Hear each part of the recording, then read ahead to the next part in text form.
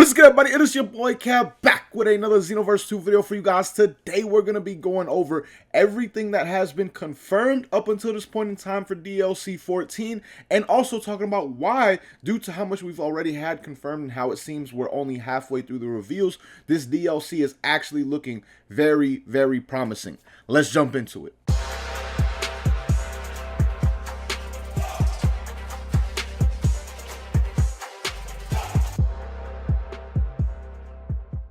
Alright, so getting it started with this video right here, guys, the first thing I do want to take a look at is this new updated screenshot of like all the Conton City vote results, because they did add in Dispo to the hero vote side and Icarus over here to the free update mascot side.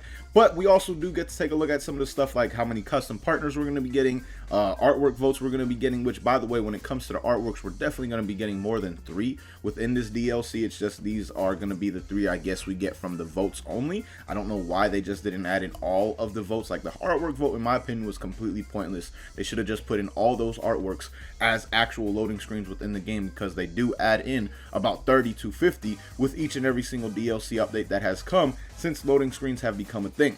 But again, man, just taking a look at this, like I said, we get UI Omen Goku, which we know about, Dispo, which we know about. We're going to be getting King Vegeta's outfit in paid DLC, and Yamcha's outfit in the free DLC, and Icarus will be coming along with the free DLC as well, along with 5 custom partners, which I always welcome, because in my opinion, custom partners are one of the best forms of content, probably the second best form of content behind Awoken skills. Like, I just truly love the custom partner idea and concept, because it just makes me have that much more fun with the character. Like, it feels like my version of that character when I put them in terms of the outfit that I would want and the color scheme that I would want, the skills that I want, all things like that. I just truly enjoy using custom partners on Xenoverse 2. So this is all the vote stuff that we will be getting and all the stuff that has been confirmed so far, like I said, with UI Omen Goku, Dispo, so on and so forth.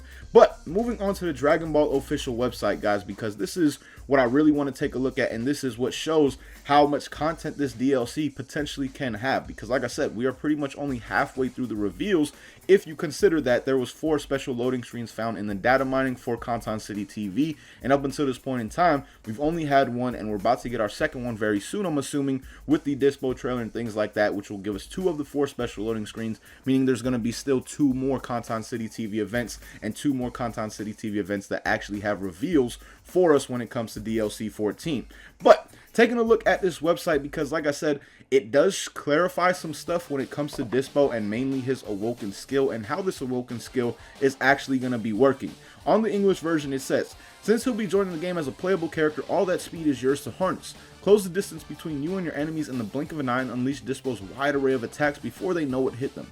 His Awoken skill supersonic mode, not super speed mode like the English translation said on the Japanese website, it's actually called supersonic mode, further increases movement speed and buffs certain attacks at the cost of constantly draining ki. That's another clarification that we got when it comes to this Awoken skill right here, because a lot of people were wondering whether it's going to drain ki or it's going to be a stamina based Awoken skill in the Japanese translations, because it just said something about draining energy. It didn't clarify whether it's going to be ki or stamina based. Now we do know that it will actually be ki based. Then it goes on to say, so knowing where when and where to use it will be the key to victory with this character. Now my only question really when it comes to the man's Dispo is, will he have a super soul to help him sustain this Awoken skill, or is it just going to be a Awoken skill that is actually very hard to sustain? Because imagine a Super Saiyan Blue or Blue Evolution without a super soul that helps sustain it. It definitely will drain your ki throughout the match, and you will de-transform at some point in time. That is my main question when it comes to this character and his Awoken skill. Now we know if it does get added for CACs, we'll be able to sustain it personally without a doubt, because we've already had experience with sustaining Super Saiyan Blue and Blue Evolution. But on Dispo himself, will this be a transformation that is easy to sustain, or one that is actually very difficult to sustain if he doesn't get a Super Soul that actually helps with the ki regeneration and things along those lines? Now, along with Dispo's revealed, there were 3 skills that were revealed. Same goes for UI Omen Goku, but the ones we got for Dispo are Justice Kick, Justice Blade, and Circle Flash. Then they did show some free update stuff with the man's Icarus being added in, which we already kind of covered, and then also some new Hero Coliseum figures that will be coming as well.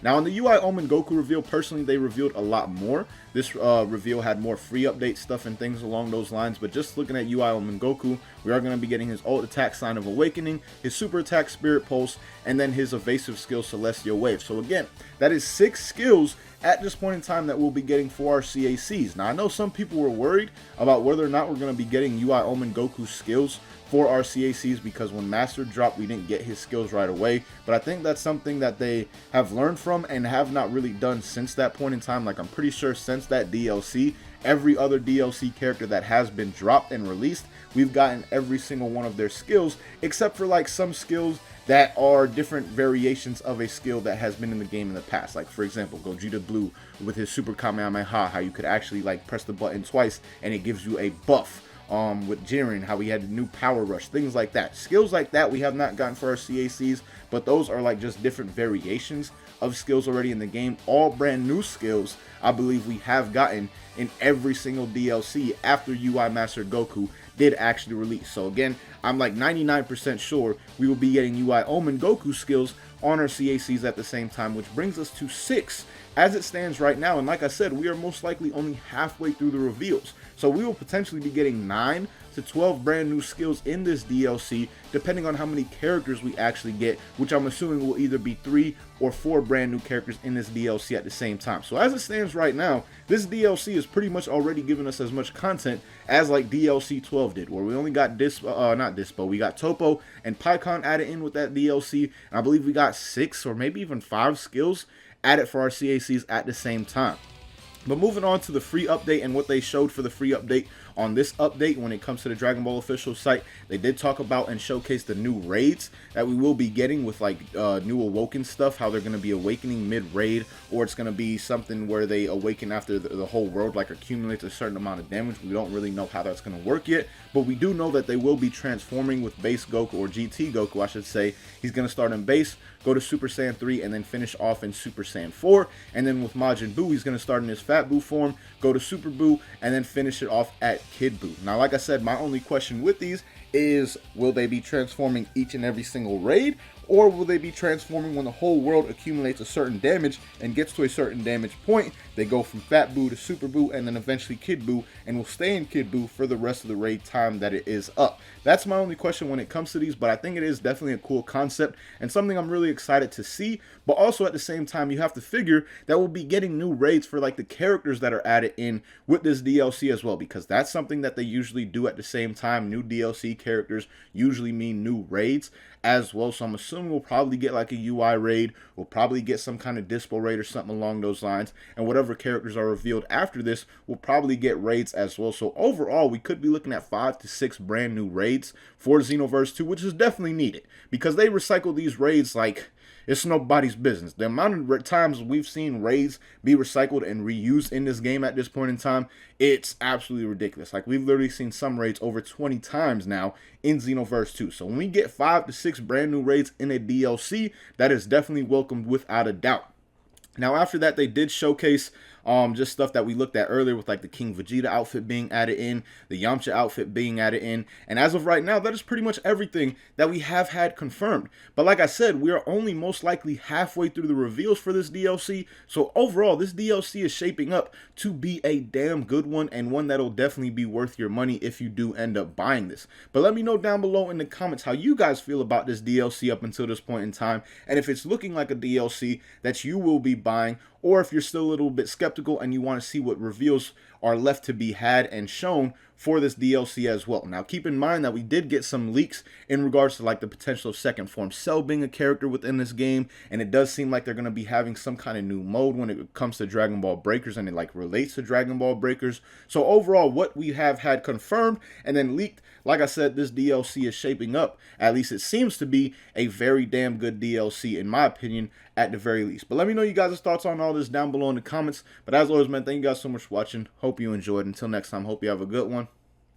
Peace, y'all.